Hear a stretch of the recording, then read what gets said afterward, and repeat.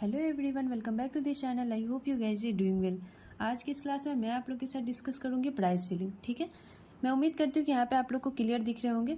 मैं आप लोग को यहाँ पे ये बताना चाहती हूँ कि मोनोपोली में रेगुलेटरी रिस्पॉन्स क्या है, वो मैं आप लोग को यहाँ पे बताऊँगी। मैं आप लोग को एक्सप्लेन करने के लिए मैं छोटा सा जो डिफिनेशन लिखी हूँ वो मैं इंग्लिश में ही लिखती हूँ।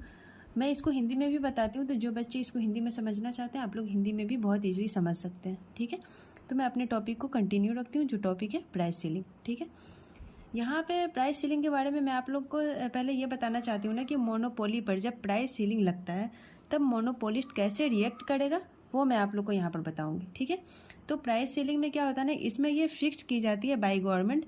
जो अथॉरिटी है उसके हिसाब से फिक्स्ड की जाती है कि आप इससे ज़्यादा प्राइस नहीं चार्ज कर सकते हैं।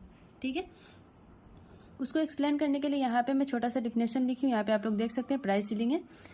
यहाँ पे देखिए, it is a situation where government authority fix maximum price beyond which monopolist is not allowed to charge. ठीक है, इसको मैं हिंदी में बता दूँ तो ये एक ऐसी सिचुएशन है जिसमें गवर्नमेंट मैक्सिमम प्राइस फिक्स करती है कि इसके बियॉन्ड मोनोपोलिस्ट प्राइस चार्ज नहीं कर सकता है। ठीक है, आई रिपीट अगेन, ये एक ऐसी सिचुएशन है जिसमें गवर्नमेंट मैक्सिमम प्राइस फिक्स कर देती है कि इसके बियॉन्ड मोनोपोलिस्ट जो है प्राइस चार्ज नहीं कर सकता है। ठीक है, तो इसको यहाँ पे मैं उम्मीद करती हूँ कि आप लोग को प्राइस सीलिंग समझ में आ गई होगी। अब यहाँ पर इसका जो रिजल्ट है वो मैं आप लोग को एक डायग्राम के थ्रू मैं आप लोग को बताने की कोशिश करूँ, जिसके लिए मैं डायग्राम बना चुकी हूँ ताकि आप लोग को समझने में आसानी हो। ठीक है, तो यहाँ पे आप लोग देख सकते हैं कि ये पॉजिटिव क्वाड्रेंट है।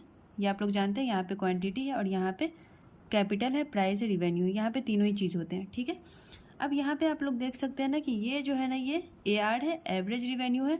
तो average revenue is equal to price is equal to demand होता है। AR बराबर P बराबर D होता है। ठीक है, ये आप लोग जानते हैं। और यहाँ पे ये जो है ना, ये मार्जिनल रिवेन्यू है। ठीक है, ये आप लोग अच्छे से पता है।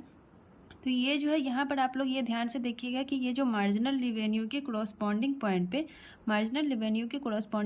ED इज इक्वल टू 1 होता है। ठीक है, अब यहाँ पर जो मार्जिनल कॉस्ट है, ठीक है, अब यहाँ पर जो मार्जिनल कॉस्ट है वो यहाँ से क्रॉस हो रहा है, यहाँ से क्रॉस हो रहा है, यहाँ से ED इक्वल टू 1 से यहाँ पे मार्जिनल कॉस्ट यहाँ पे क्रॉस हो रहा है, जो यहाँ पर मैं लिख दी हूँ मार्जिनल कॉस्ट। ठीक है, अब यहाँ पर जो है ना क्वांटिटी जो है यहाँ पे, अब यहाँ पे ये क्वांटिटी डिसाइड होती है, मोनोपोलिस्ट की क्वांटिटी डिसाइड होती है।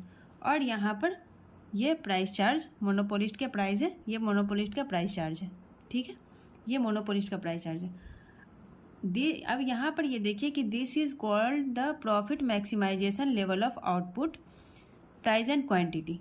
ठीक है, तो यहाँ पे जो है ना, ये देखिए यहाँ पे Q और यहाँ पे आफ्टर ये PC है और यहाँ पे PC है। ठीक है, तो यहाँ पे क्या है ना कि price and quantity, but government को लगता है ना कि जो मोनोपोलिस्ट है वो जो चाहेगा वो प्राइस चार्ज करेगा।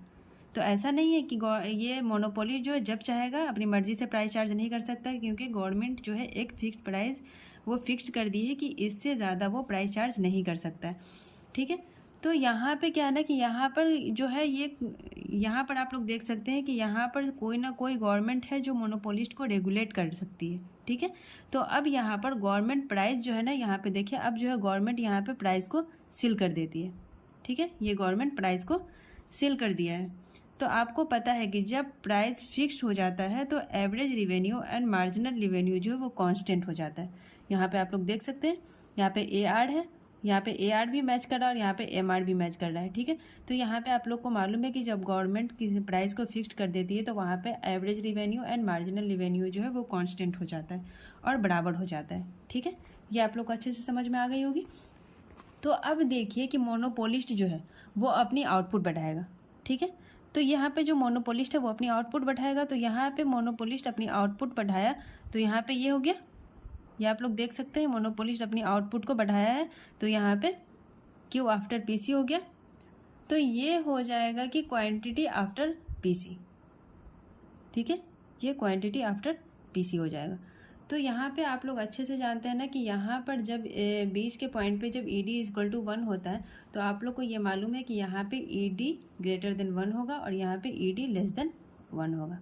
ठीक है, तो मैं उम्मीद करती हूँ कि आप लोग को ये जो प्राइस सीलिंग के जो रिजल्ट तक आए हैं ये आप लोग को बहुत अच्छे से समझ में आ गई होगी।